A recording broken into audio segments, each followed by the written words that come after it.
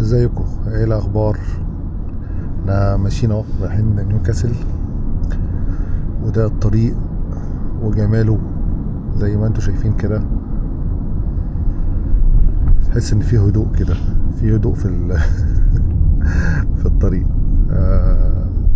منظر بصراحة يعني منظر حلو يعني. المشكلة ان انا مش عارف اقول لكم ايه اصلا، يعني اوريكم الطريق واسكت ولا نتكلم مع بعض.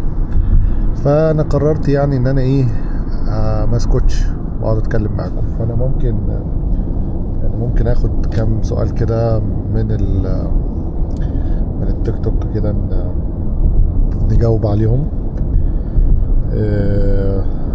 وبرضه انتوا ايه تستمتعوا بالطريق، وانا يعني انا هتكلم، انا يعني هظهر نفسي دلوقتي ليكم يعني، برضه يعني لازم نضحك الصورة تطلع حلو. يا رب ربنا يكرمكم ان شاء الله. والناس اللي هي بتذاكر انجليزي ربنا يوفقها وتقدر تجيب ان شاء الله، وتجيب ان شاء الله بلس 65 وبلس 79. وربنا واللي خلص ومستني الدعوة ربنا يبارك له وتجي له الدعوة على خير، واللي لسه في مرحلة التقييم ان شاء الله خير. الموضوع كله شوية وقت، هو الوقت كده كده هيعدي يعني، سواء انت ذاكرت او ما ذاكرتش يعني معلش ذاكر يا عم. اعتبره ان هو وجبة من ضمن الوجبات اللي انت لازم تعملها يعني. فخليني نشوف تعليقات مثلا هنا. في حد، تعالى بقى نظهر نفسنا. في حد بيقول يعني الموافقة على السفر هتيجي بعد اكتر من سنة. بص، هو اصلا سنة ده هي المشكلة دايما بتبقى في الاول، يعني المشكلة بتكون في ان انت يعني اول كام شهر دول بيبقوا صعبين جدا. بعد كده اول ما بتعدي الشهر السادس او السابع الموضوع ممكن يدخل في سنتين وسنتين ونص وانت ما مش واخد بالك يعني. فعادي يعني، الموضوع عادي. طبعا انا كتبت له ان انت تبقى محظوظ. ده كان يعني هو ده الريل اللي هو اكتر ريل تقريبا لغايه دلوقتي جاب مشاهدات، داخل في 10,000. واحد كاتب بيشو بيقول 90 ثانية ايه ده، انا طالع عيني بقالي 4 سنين لحد دلوقتي لسه ما سافرتش. ربنا يكرمك ان شاء الله يا بيشو. متستعجلش. يعني لكل قاعدة شواذ، بس المعظم بيسافر في خلال سنة ونص سنتين. وفي ناس طبعا في وظائف طبعا اللي هي البريوريتي ديت اللي هي ممكن تقعد شهر شهرين على حسب كل وظيفة، وبتختلف من وقت للتاني يعني. يعني ان شاء الله ربنا يكرمك ان شاء الله. مصطفى بيسأل يعني ايه جرانت. الجرانت دي خلينا نقولها ببساطة اللي هي التأشيرة يعني، اللي هو الختم اللي هو بتاع ان انت الف مبروك انت جالك الجرانت اللي هو التأشيرة يعني، وانت دلوقتي قادر ان انت تسافر يعني.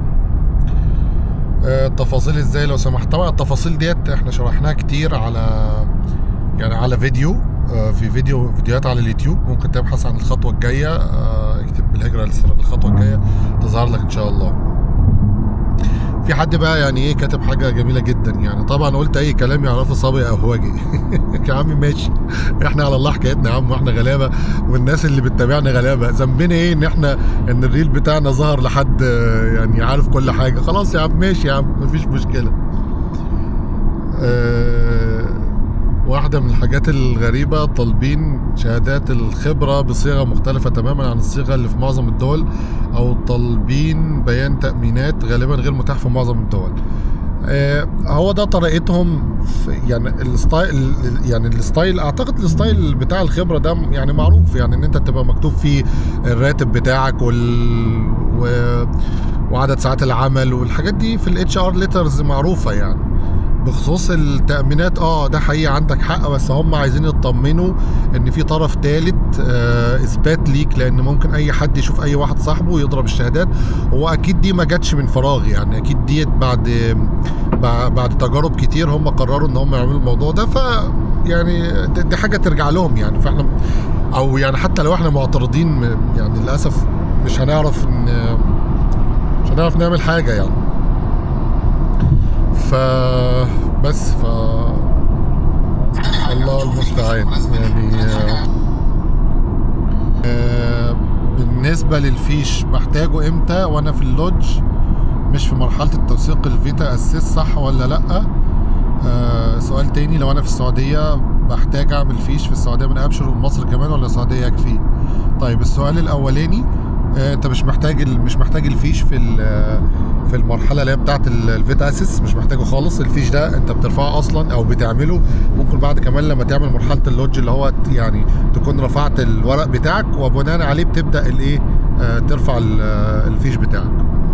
لو انت في السعوديه بتعمل فيش من السعوديه وفيش من مصر، تمام؟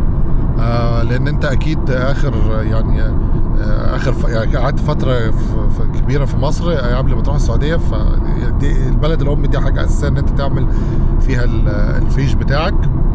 وهتعمل برضه في السعوديه من ابشر، بتعمله من ابشر وبعد كده بتروح تحجز ميعاد، تكتب حجز موعد وزاره الخارجيه، وبعد كده بتروح توثقه تقريبا ب 30 ريال من اي مكان، مش هتفرق يعني انت موجود في جده او في الوقت ده كنت موجود في الرياض. يعني انا فاكر تاني مره لما طلبوا مني الفيش انا كنت في الجوف وانا المفروض في جده، وعملته هناك عادي ومشي والدنيا ظبطت يعني. جزاكم الله خيرا وجزاكم مثله. تعال نشوف الفيديو اللي بعده. انا لسه بدرس، فاضل لي اخر سنه في مدني، عايز اعرف خطوات اللي ممكن اعملها قبل التخرج. مفيش اي خطوات المفروض تعملها قبل التخرج خالص يعني. لما تتخرج، وانصحك يعني انت تشتغل شويه سنتين 3 كده وبعدين تقدم، عشان يعني من بعد 25 من لغايه 32 انت بتاخد 30 نقطه للسن يعني. تعالى اقول لك الفرق. في تاني حد بيقول لي التكلفه كام. انا عملت فيديو كبير على موضوع التكلفه ده للابديت بتاع 2025، ممكن تبقوا تشوفوه يعني. في حاجه تاني، تعالى بقى نروح على اليوتيوب. خلينا برضو اوريكم الايه المكان شويه على ما ايه يعني ايه تبقى شويه وشويه كده يعني. خلينا نشوف. جزاك الله خيرا. اللغة الإنجليزية مشكلة عندي من سنة تقريبا. بص، اللغة الإنجليزية مشكلة عندنا كلنا، حتى احنا بعد ما سافرنا يعني، ولكن هي مسألة وقت. وانا دايما بقول للناس اللي بتذاكر انجليزي، بقول لهم يعني الشهر النهارده، الشهر اللي بعده، السنه الجايه، انت كده كده يعني مسيرها هتظبط يعني، مفيش حاجه مستحيله. هي بس اللي بيفرق واحد عن التاني الاستمراريه في الموضوع ده. وبرجع وبكرر تاني يا جماعه، النهارده زي السنه الجايه زي السنه اللي بعدها، فحاول ان انت تستغل الموضوع ده في ان انت يعني تذاكر. انا عارف للاسف الشديد انت مش هتعرف تعمل حاجه الا وانت متعذب في كل حاجه، بقى هتلاقي نفسك شغال ومعاك العيال ومطلوب منك حاجات وحاجات كتير، وهتعمل كل المهام ديت، والظروف المثاليه مش هتيجي يعني. ليا اصدقاء كتير يعني، ليا صديق يعني مش عارف اذا كان هو بيتفرج ولا لا، قال يعني حاول ان هو يشوف الظروف المثاليه في ان هو يعني يحاول يحيد الشغل ويقعد يذاكر وكده. معرفش، لان غصب عنك الحياه بتكون صعبه، ولازم تعمل كل حاجه في نفس الوقت يعني. فالموضوع لازم يتاخد كله باكج يعني، تخصص كل يوم من 2 ل 3 كده،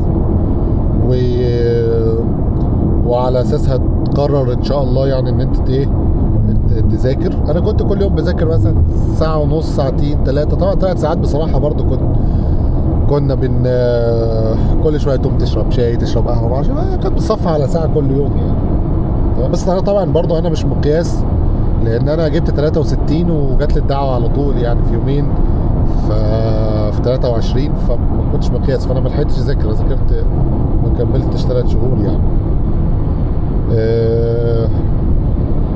في حد طيب سؤال لحضرتك من هشام علي او هشام.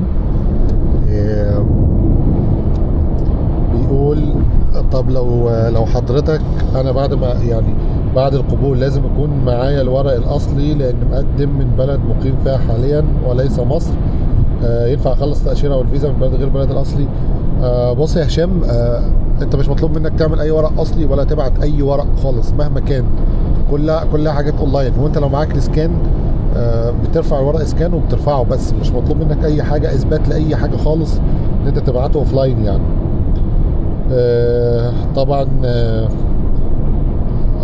بعد ما تجيلك الدعوه برضو نفس الموضوع. تمام. في حد بيقول انا جالي الجرانت بعد 3 سنين. يا باشا انت من الاحرار. الحمد لله ان هي جت في النهايه. الحاجات دي كلها يا جماعه بتدي امل للناس اللي هي لسه في الطريق. يعني عايز اقول لكم، عايز احكي لكم على حاجه كانت جميله قوي، ربنا يبارك له الاستاذ بدر.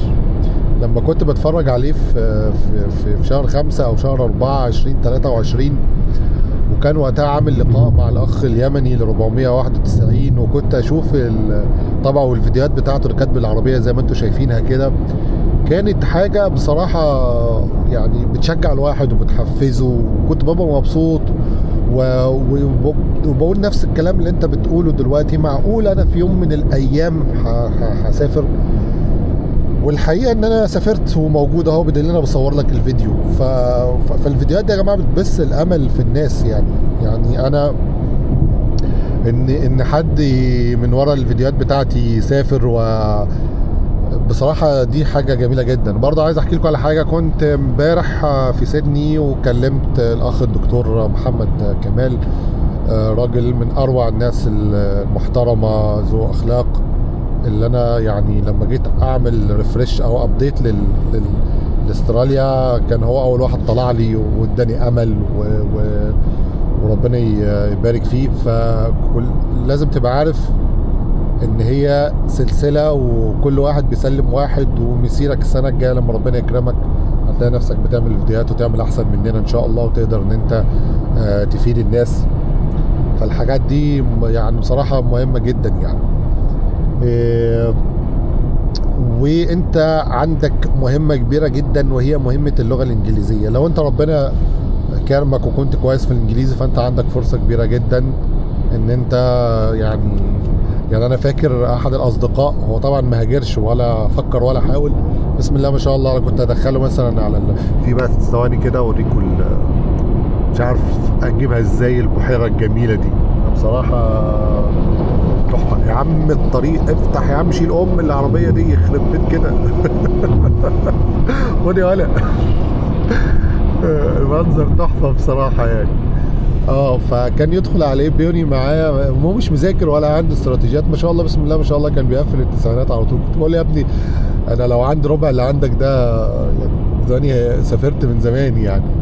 بس فاستغل الامكانيات دي. طب لو انت زي حالاتنا كده، وعلى فكره زي حالاتنا دي المفروض بقى ايه يعني، انا واحد من الناس سافرت قبل كده المانيا كذا مره، وكنت برضو بعافر في البريتش كونسل، ورحت اتعلمت شويه وما اعرفش، بس في النهايه برضو كان مستواي باي حال من الاحوال ما بيزيدش عن 5 في الايلتس يعني. فكان مستواي العادي اللي هو اللي قبل المتوسط بتاع كل الناس يعني، او اللي هو يا دوب عارف هاو ار يو انجلش، لا. الحاجات ديت يعني. فاعتقد لو انت من الناس ديت، فهي الموضوع بصراحه يعني الموضوع هياخد منك